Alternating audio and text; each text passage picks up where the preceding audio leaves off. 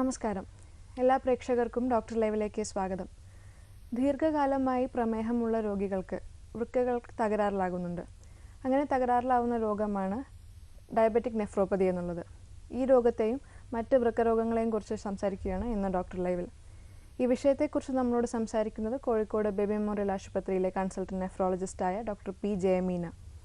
നമസ്കാരം doctor. Doctor ലൈവിലേക്ക് സ്വാഗതം. ഡോക്ടർ, പ്രമേഹം ടൈപ്പ് 1, ടൈപ്പ് 2 എന്നൊരു കാറ്റഗറി ഉണ്ട്. ഇതിൽ ഏത് തരം ഡയബറ്റീസ് ആണ് വൃക്കകളെ ബാധിക്കുന്നത്? ഇതിൽ 2 തരം പ്രമേഹങ്ങളും വൃക്കയ്ക്ക് ബാധിപ്പുണ്ടാക്കാൻ സാധ്യതയുണ്ട്. ശരിക്കും പറയാച്ചാൽ ഡയബറ്റിക് നെഫ്രോപ്പതി കുറേ ഡിഫൈൻഡ് ആയത് ടൈപ്പ് 1-ലാണ്. കാരണം പ്രമേഹം എന്നാ തുടങ്ങുന്നതെന്നുള്ളത് കൃത്യമായി അറിയാൻ പറ്റിയത് ടൈപ്പ് 1-ലാണ്. ടൈപ്പ് 2 രോഗികൾക്ക് ചിലപ്പോൾ കണ്ടുപിടിക്കുമ്പോൾ തന്നെ വൃക്കയ്ക്ക് തകരാറുണ്ടാവാനുള്ള സാധ്യത കൂടുതലാണ്. എല്ലാ പ്രമേഹ രോഗികളുടെയും വൃക്കകൾക്ക് അസുഖങ്ങൾ ഉണ്ടാകുന്നുണ്ടോ? ഇല്ല, 15% തൊട്ട് 20% വരെയാണ് പ്രമേഹ രോഗികൾക്ക് വൃക്കയ്ക്ക് തകരാറുണ്ടാവാൻ സാധ്യത. എല്ലാവർക്കും ഉണ്ടാവാനുള്ള സാധ്യത വളരെ കുറവാണ്. കുറേ കാരണങ്ങളുണ്ട്. കാരണം ജന്മനാൽ അവരുടെ വൃക്കയ്ക്ക് എത്ര കപ്പാസിറ്റി ഉണ്ടെന്നുള്ളതനുസരിച്ചിട്ടാണ്. കാരണം function unit of kidney is nephron. ആ നെഫ്രോൺസ് എത്ര എണ്ണം ഉണ്ട്. ചിലപ്പോൾ ജന്മനാൽ തന്നെ നമുക്ക് ഒരു കിഡ്നി കൊണ്ടേ നമ്മൾ ജനിക്കാറുള്ളൂ. സോ അങ്ങനത്തെ രോഗികൾക്ക് സാധ്യത കൂടുതലാണ്. കാരണം നെഫ്രോൺ നമ്പേഴ്സ് കുറവുള്ളതുകൊണ്ട്. പിന്നെ ജന്മനാൽ വളർച്ച കുറവുള്ള കുട്ടികൾ, അവർക്ക് പ്രമേഹം വരാനും പ്രമേഹം കൊണ്ട് വൃക്കയ്ക്ക് അസുഖം വരാനും ഉള്ള സാധ്യത വളരെ കൂടുതലാണ്.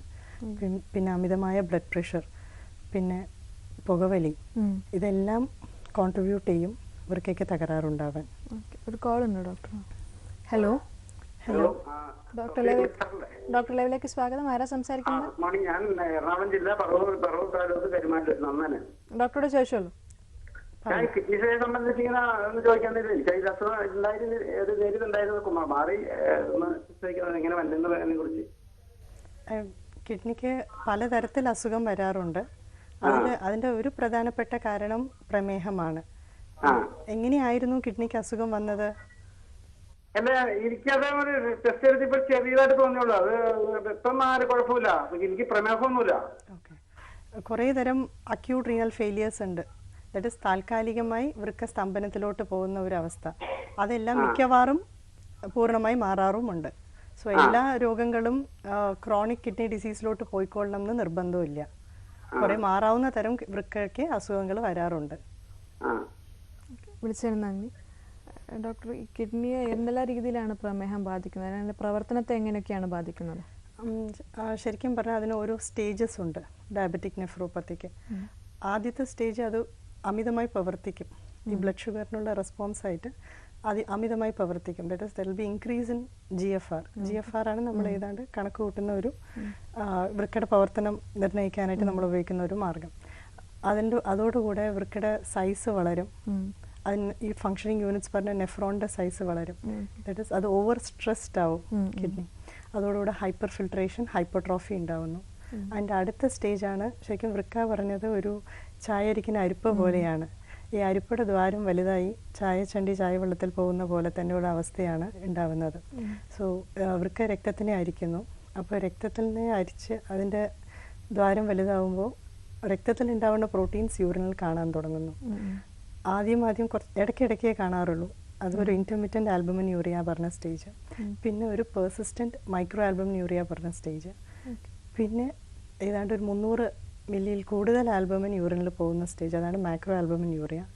അതും കഴിഞ്ഞിട്ടാണ് നമ്മുടെ ഈ GFR എന്ന് പറഞ്ഞ ഘടകം കുറഞ്ഞു വരുന്ന ഒരവസ്ഥ. അപ്പോഴാണ് ഈ ക്രിയാറ്റിൻ കൂടുന്നത്. മിക്കവാറും ആ ഒരു സ്റ്റേജിലാണ് പേഷ്യൻസിന് ഇത് കണ്ടുപിടിക്കുന്നത്. ഏർലിയറായി കണ്ടുപിടിച്ചാൽ ശരിക്കും ഇതിൻ്റെ പുരോഗതി തടയാൻ ഒത്തിരി കഴിയാറുണ്ട്. നമുക്കൊരു കോൾ ഉണ്ട്. ഹലോ. ഡോക്ടറോട് ചോദിച്ചോളൂ. ഡോക്ടർ, എനിക്ക് ഷുഗർ 180 ഉണ്ട്. ഓക്കെ, ഫാസ്റ്റിംഗ് ആണോ? ഫാസ്റ്റിംഗ് ബ്ലഡ് ഷുഗർ ആണോ? ഭക്ഷണത്തിന് മുമ്പ്, ഭക്ഷണത്തിന് ശേഷം. ഓക്കെ.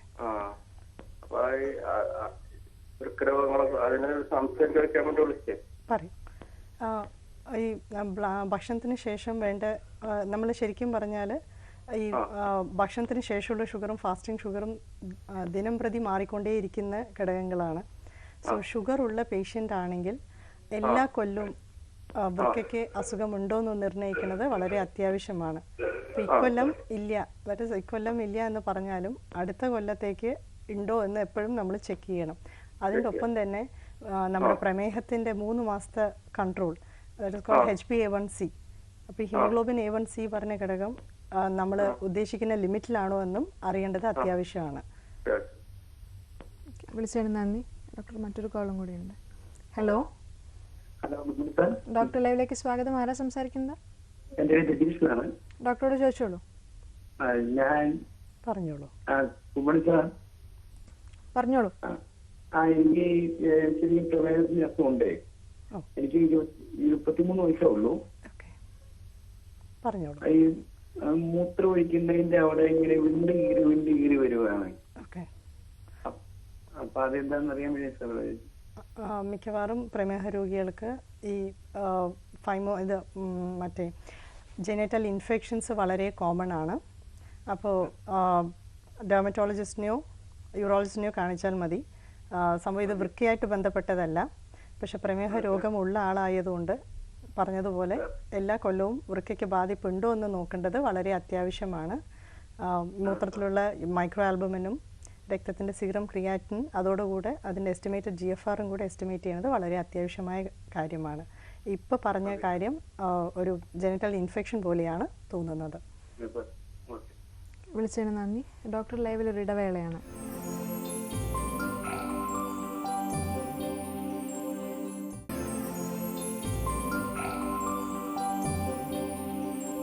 ഡോക്ടർ ലൈവ് തുടരുന്നു. ഡോക്ടർ, പ്രമേഹ രോഗികളിൽ വൃക്ക തകരാറിലായി എന്നുള്ളതിൻ്റെ ആദ്യ ലക്ഷണങ്ങൾ എന്തൊക്കെയാണ് കാണിക്കുന്നത്? ശരിക്കും ആദ്യഘട്ടങ്ങളിൽ ഞാൻ പറഞ്ഞതുപോലെ ക്രിയാറ്റിനിൻ കൂടുന്ന ആ ഒരു ഘട്ടം വരുന്നവരെ മിക്കവാറും 85% കിഡ്നി നശിക്കുന്നവരെ വൃക്കയ്ക്കായിട്ട് ഒരു ലക്ഷണങ്ങളും കാണാറില്ല. അതാണ് ഈ വൃക്കയുടെ അസുഖത്തിൻ്റെ ഏറ്റവും വലിയ പ്രോബ്ലം. ഒരു 85% പ്രോബ്ലം വരുമ്പോൾ മാത്രമേ ലക്ഷണങ്ങൾ, കാലിൽ നീര്, മുഖത്ത് നീര്, മൂത്രം ഒന്ന് ഇടയ്ക്കിടയ്ക്ക് ഒഴിക്കുക, അല്ലെങ്കിൽ രാത്രി അനവധി തവണ മൂത്രം ഒഴിക്കുക, കാലിൻ്റെ മസിൽ കോച്ച് പിടിക്കുക, പിന്നെ വിശപ്പില്ലായ്മ, ഓക്കാനം, ഛർദി, ഈ വകയുള്ള പ്രശ്നങ്ങളെല്ലാം ഏതാണ്ട് 85% വൃക്ക നശിച്ച ശേഷം മാത്രമേ കാണാറുള്ളൂ. അപ്പോൾ വെറും 15% കൊണ്ട് നമുക്ക് കൂടുതൽ കാലം മരുന്നുകൊണ്ട് കൊണ്ടുപോകാൻ പറ്റാറില്ല.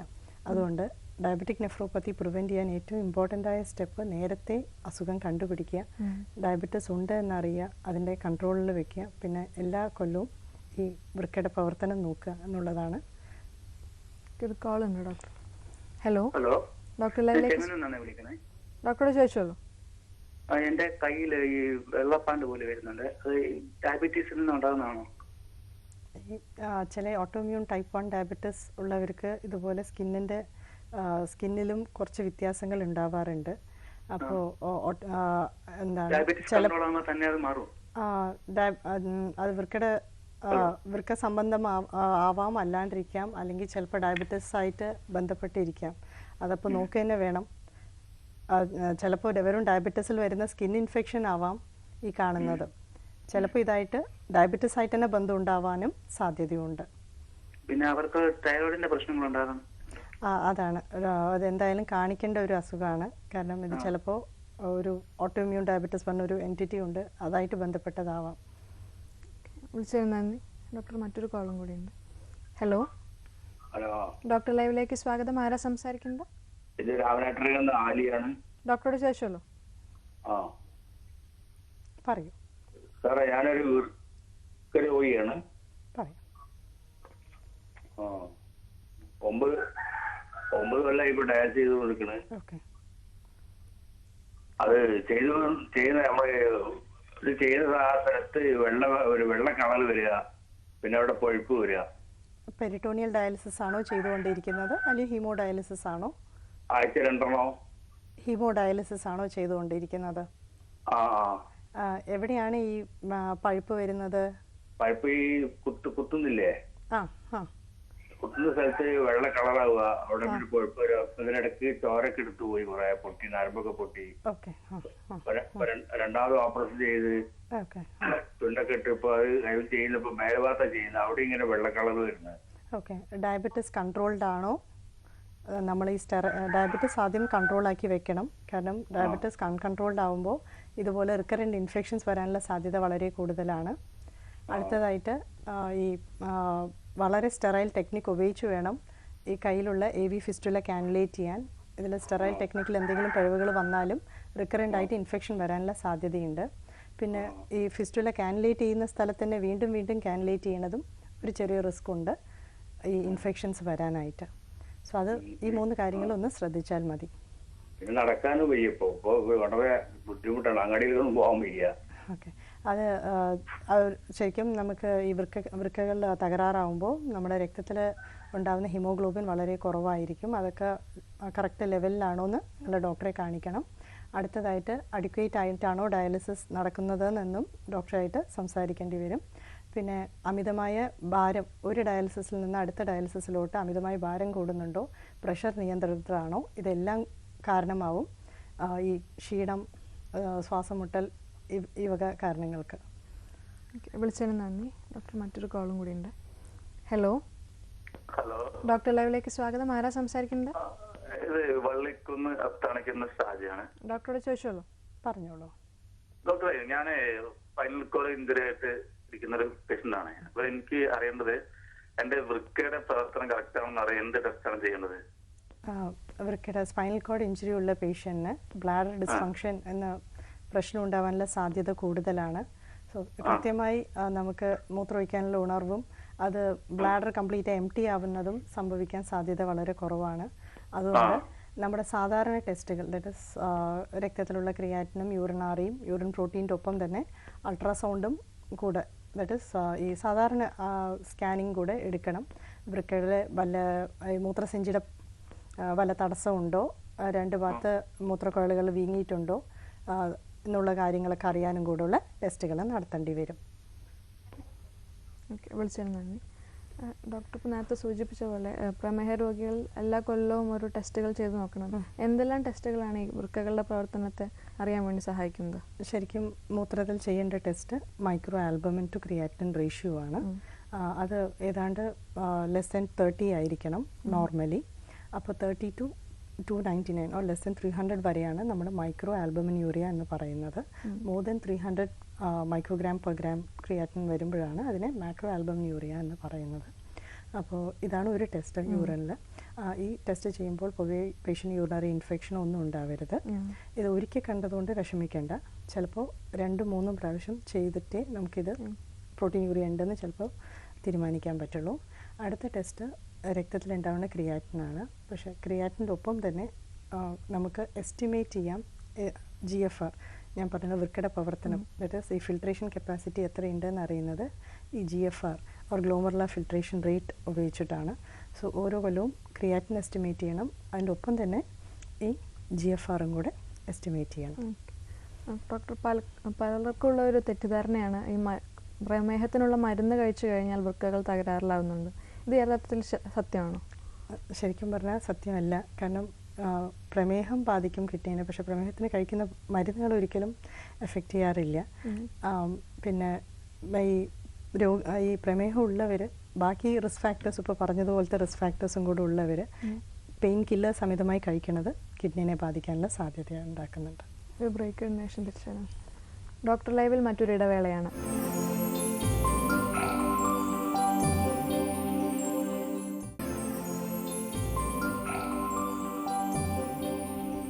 ഡോക്ടർ ലൈവ് തുടരുന്നു. ഡോക്ടർ, നമുക്കൊരു കോളുണ്ട്. ഹലോ ഹലോ, ഡോക്ടർ ലൈവിലേക്ക് സ്വാഗതം. ആരാ സംസാരിക്കുന്നത്? എൻ്റെ പേര് സതീഷ് എന്നാണ്, ഞാൻ പാലക്കാട് നിന്ന് വിളിക്കുന്നു. ഡോക്ടറോട് ചോദിച്ചോളൂ. പറഞ്ഞോളൂ. ഞാനൊരു ഇടുപ്പ് വേദന സംബന്ധിച്ചിട്ട് വൃക്കരോഗത്തെ എങ്ങനെ ബാധിക്കുന്നുള്ള അറിയാൻ വേണ്ടിയിട്ട് ഞാൻ ഒരു മദ്യപിക്കുന്ന ആളാണ്. ഡെയിലി ഇല്ലെങ്കിൽ കൂടുതൽ മദ്യപിക്കാറില്ല. പക്ഷേ ഇടുപ്പ് വേദന കാരണം വൃക്കയ്ക്ക് വല്ല തകരാറ് സംഭവിക്കുമെന്ന് അറിയാം. ഇടുപ്പ് വേദനയാണോ? ഇടുപ്പ് വേദനയാണ്. വേദന സംഹാരികൾ കഴിക്കാറുണ്ടോ? സ്ഥിരമായിട്ട് വേറെ ഒന്നും കഴിക്കാറില്ല. എപ്പോഴെങ്കിലും ഒരു ദിവസം മദ്യപിച്ച് കഴിഞ്ഞാൽ പിന്നെ 2 ദിവസം ഭയങ്കരമായിട്ട് ക്ഷീണമാണ്. പിന്നെ ഇടുപ്പ് വേദന സംഭവിക്കാറുണ്ട്. പിന്നെ നമ്മൾ കഴിഞ്ഞാൽ പിന്നെ ഒരാഴ്ച കഴിക്കാറില്ല. ഭക്ഷണം 2 ദിവസത്തേക്ക് അടക്കാൻ ബുദ്ധിമുട്ടുണ്ടാവും. അങ്ങനെ വല്ല. ഓക്കെ, ഈ ഇടുപ്പ് വേദനയ്ക്ക് കഴിക്കുന്ന മരുന്നുകളും അമിതമായ മദ്യപാനവും വൃക്കയ്ക്ക് തകരാറുണ്ടാക്കാൻ സാധ്യതയുണ്ട്. ഇടുപ്പ് വേദനയുടെ കൃത്യമായ കാരണം കണ്ടുപിടിച്ച് അതിനുള്ള ചികിത്സ എടുക്കലാണ് അതിൻ്റെ ശരിയായ രീതി. ഡോക്ടറിനെ കാണിക്കുന്ന പറയുന്നില്ലേ? കാണിക്കണം. വിളിച്ചതിന് നന്ദി. ഡോക്ടർ, ഈ പ്രമേഹ രോഗികളിൽ വൃക്കകൾ മാറ്റിവെക്കുമ്പോൾ അവർ ശ്രദ്ധിക്കേണ്ട കാര്യങ്ങൾ എന്തൊക്കെയാണ്? പ്രമേഹ രോഗികൾക്ക് വൃക്കയ്ക്ക് തകരാറ് വരുമ്പോൾ ഹാർട്ടിനുള്ള പ്രോബ്ലംസും ഒപ്പം തന്നെ വർദ്ധിച്ചു വരാറുണ്ട്. അപ്പോൾ പ്രീ ട്രാൻസ്പ്ലാന്റിന് മുമ്പേ തന്നെ കാർഡിയക് ഫങ്ഷൻ നമ്മളെ എവാലുവേറ്റ് ചെയ്യേണ്ടത് വളരെ അത്യാവശ്യമായ ഒരു കാര്യമാണ്. പിന്നെ ചിലപ്പോൾ പേഷ്യൻസിന് ആൻജിയോഗ്രാഫിയും അടക്കം രക്തക്കുഴലിന് ബ്ലോക്ക് ഉണ്ടോ എന്നുള്ള കാര്യമടക്കം അറിഞ്ഞ് അതിനെയും കൂടെ ചികിത്സിച്ച് മാറ്റിയിട്ടേ നമ്മൾ പേഷ്യൻറ്റിനെ ട്രാൻസ്പ്ലാന്റിന് വിധേയമാക്കാറുള്ളൂ. പിന്നെ ഈ പേഷ്യൻസിന് ട്രാൻസ്പ്ലാന്റ് കഴിഞ്ഞാലും നമ്മൾ ഉപയോഗിക്കുന്ന മരുന്നുകളുണ്ട് പ്രമേഹം വളരെയധികം കൂടാനുള്ള സാധ്യത ഉണ്ട്. അത് കഴിഞ്ഞ് ഈ പേഷ്യൻസ് ഓൾറെഡി ഇൻഫെക്ഷൻസിന് വളരെയധികം പ്രോണാണ്. സോ അതും കൂടെ നമ്മൾ കണക്കിലെടുക്കേണ്ടിയിരിക്കുന്നു. കോൾ ഉണ്ട് ഡോക്ടർ. ഹലോ ഡോക്ടറെ, ഞാൻ കരുനാഗപ്പള്ളിയിൽ നിന്ന് വിളിക്കുകയാണ്. തമൽ എന്നാണ് പേര്. പറഞ്ഞു. എനിക്ക് 56 വയസ്സുണ്ട്. പറഞ്ഞു. കഴിഞ്ഞ 15 വർഷമായിട്ട് ഞാൻ ഒരു പ്രമേഹ രോഗിയാണ്. പറഞ്ഞു. ഞാൻ മരുന്നുകൾ എല്ലാം കൃത്യമായി കഴിക്കുന്നുണ്ട്. ഓക്കെ. ഇപ്പോൾ എന്റെ വിഷയം എന്ന് പറയുന്നത്, ഞാൻ 100 യൂണിറ്റോളം ഇൻസുലിൻ ദിവസം എടുക്കുന്നുണ്ട്. പക്ഷെ എന്റെ ഡയബറ്റിക് കുറയുന്നില്ല. നവോറാപ്പിഡ് ലാൻഡസ് ഇത് രണ്ടുമാണ് ഞാൻ എടുക്കുന്നത്. എപ്പോഴും ഇന്ന് രാവിലെ നോക്കിയപ്പോൾ ഫാസ്റ്റിങ് 285. അപ്പോൾ എനിക്ക് ഈ ഇത്രയും ഇൻസുലിൻ എടുത്തിട്ടും പിന്നെ ഒരു 50/500 ഒരു ടാബ്ലറ്റ് രാവിലെ കഴിക്കുന്നുണ്ട്. അതും കഴിച്ചിട്ടും ഇത്രയും നമുക്ക് ഈ ഇൻസുലിന്റെ ഇതിന്റെ ക്വാളിറ്റി എങ്ങനെ അറിയാനും? ഇൻസുലിന്റെ ക്വാളിറ്റി അല്ലേ? ഓക്കെ. ഇൻസുലിൻ നമുക്ക് കിട്ടുന്ന ഇൻസുലിൻ ഇത് നല്ല ഇൻസുലിൻ ആണോ? ഇത് നമുക്ക് എങ്ങനെ അറിയാനൊക്കെ? നമ്മൾ 400-500 രൂപ കൊടുത്ത് വാങ്ങുന്ന ഈ ഇൻസുലിൻ എടുത്താല് നമുക്കിത് കുറേ. നമ്മളാണ് ഡയറ്റൊക്കെ വളരെ കൺട്രോൾ ചെയ്താണ് നമ്മൾ ചെയ്യുന്നത്. ഒന്നത്.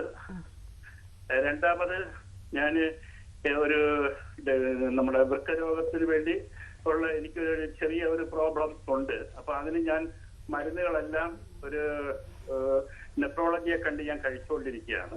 അദ്ദേഹത്തിന്റെയും പ്രമേഹ ഡോക്ടറുടെയും നിർദ്ദേശാനുസരണമുള്ള മരുന്നുകളെല്ലാം തന്നെ ഏകദേശം ഒരു 7-8 ടാബ്ലറ്റോളം പ്രമേഹത്തിനും പിന്നെ ഈ നെഫ്രോളജിക്കും വേണ്ടി ഞാൻ കഴിക്കുന്നുണ്ട്. പ്രഷറുണ്ട്, അതിന് ടാബ്ലറ്റ് കഴിക്കുന്നുണ്ട്. ഷുഗറിനുണ്ട്, പിന്നെ ഈ കൊളസ്ട്രോൾ ഉണ്ട്. ഇതെല്ലാം ഉണ്ട്. വെയിറ്റ് ആണ് 100 കിലോ. ഇപ്പോൾ പറഞ്ഞു കേട്ടിടത്തോളം മനസ്സിലാവുന്നത് നല്ല അമിതമായ ഭാരമുള്ള ആളാണ്. അമിതമായ ഭാരം തന്നെ ഇൻസുലിൻ റെസിസ്റ്റൻസ് എന്ന് പറയുന്ന ഇൻസുലിൻ റെസിസ്റ്റൻസിന് ഒരു കാരണമാണ്. കാരണം നമ്മൾ എടുക്കുന്ന ഇൻസുലിൻ ചിലപ്പോൾ ശരീരത്തിൽ പ്രവർത്തനത്തിന് പ്രവർത്തിക്കില്ല. ദാറ്റ് ഈസ് ഇൻസുലിൻ അതിൻ്റെ റിസപ്റ്റേഴ്സിൽ ആക്ട് ചെയ്യലും അതിൻ്റെ പ്രവർത്തനം വളരെ കുറവായിരിക്കും അമിതമായ ഭാരമുള്ളവർക്ക്. അപ്പോൾ ആദ്യത്തെ ഇതായിട്ട് അമിതമായ ഭാരം കുറയ്ക്കണം, എന്നാലേ ഇൻസുലിൻ വർക്ക് ചെയ്യുള്ളൂ. പിന്നെ വേറെയും കാരണങ്ങളുണ്ട് ഇൻസുലിൻ റെസിസ്റ്റൻസിന്, പ്രത്യേകിച്ച് ഇൻഫെക്ഷൻ, വേറെ ബാക്കി കഴിക്കുന്ന ഡ്രഗ്സിൽ എന്തെങ്കിലും ഒക്കെ ഒരു കാരണമാണ്. അപ്പോൾ ഇൻസുലിൻ റെസിസ്റ്റൻസിൻ്റെ കാര്യം എവാലുവേറ്റ് ചെയ്യേണ്ടത് വളരെ അത്യാവശ്യമായ ഡോക്ടറെ കാണിക്കേണ്ടി വരും. നിങ്ങളുടെ ഡയബറ്റോളജിസ്റ്റിനെ കാണിച്ച് ഇതിനെക്കുറിച്ച് കൂടുതലും സംസാരിക്കേണ്ടി വരും. വിളിച്ചതിന് നന്ദി. ഡോക്ടർ, മറ്റൊരു കോളും കൂടി ഉണ്ട്. ഹലോ ഡോക്ടർ ലൈവിലേക്ക് സ്വാഗതം. ആരാ സംസാരിക്കുന്നത്? ഞാൻ കൊല്ലത്തുനിന്ന് ബഷീർ എന്നാണ് എന്റെ പേര്. ഡോക്ടറെ ചോദിച്ചോളൂ. എനിക്ക് ഡയബറ്റീസ് 2002 ഉണ്ടെന്ന് തെളിഞ്ഞത്. അതിന്റെ ഇടയ്ക്ക് ഗുളിക കഴിക്കും, കുറയും. ഇങ്ങനെ ഒക്രോമേറ്റ് 500 ടാബ്ലറ്റ് രാവിലെയും രാത്രി വരെ ഒന്ന് കഴിക്കും. സൈഡ് എഫക്ട്സിനൊന്നും ഇതുവരെ കണ്ടായിട്ടില്ല. ശരീരത്തിനൊക്കെ കൈയും കാലും ഒക്കെ ഒരു പെരുത്തു ഇടയ്ക്ക് 2 ആഴ്ച മുമ്പ് ടെസ്റ്റ് ചെയ്തപ്പം ഫാസ്റ്റിംഗിൽ നോർമലും ഭക്ഷണം കഴിച്ചിട്ട് നോക്കിയപ്പം കൂടുതൽ 202 ഉണ്ട്. Fasting 108 okay. ഈ ഭക്ഷണം കഴിച്ച ശേഷം കൂടുന്നതാണ് പൊതുവെ മിക്കവരുടെയും blood sugar levels. Post prandial hyperglycemia എന്ന് പറയും. അപ്പോൾ രണ്ടും ഫാസ്റ്റിങ്ങും പോസ്റ്റ് പ്രാൻഡിയലും രണ്ടും കൺട്രോൾഡ് ആയിരിക്കണം, എന്നാലേ പ്രമേഹത്തിൻ്റെ ഈ പറഞ്ഞ HbA1c കൺട്രോൾ ആവുള്ളൂ. അപ്പോൾ അതിനനുസരിച്ചുള്ള മരുന്നുകളും വ്യായാമങ്ങളും ഭക്ഷണ രീതികളുമായിട്ട് നമ്മൾ മാറണം. പിന്നെ എല്ലാ 3 മാസവും HbA1c നോക്കണം കൺട്രോൾഡ് ആണോ എന്നറിയാൻ. സമയോടെ പൂർണ്ണമായി ഈ പ്രമേഹവും വൃക്കരോഗങ്ങളെയും കുറിച്ച് ഞങ്ങൾക്ക് വിശദീകരിച്ചു തന്നതിന് നന്ദി.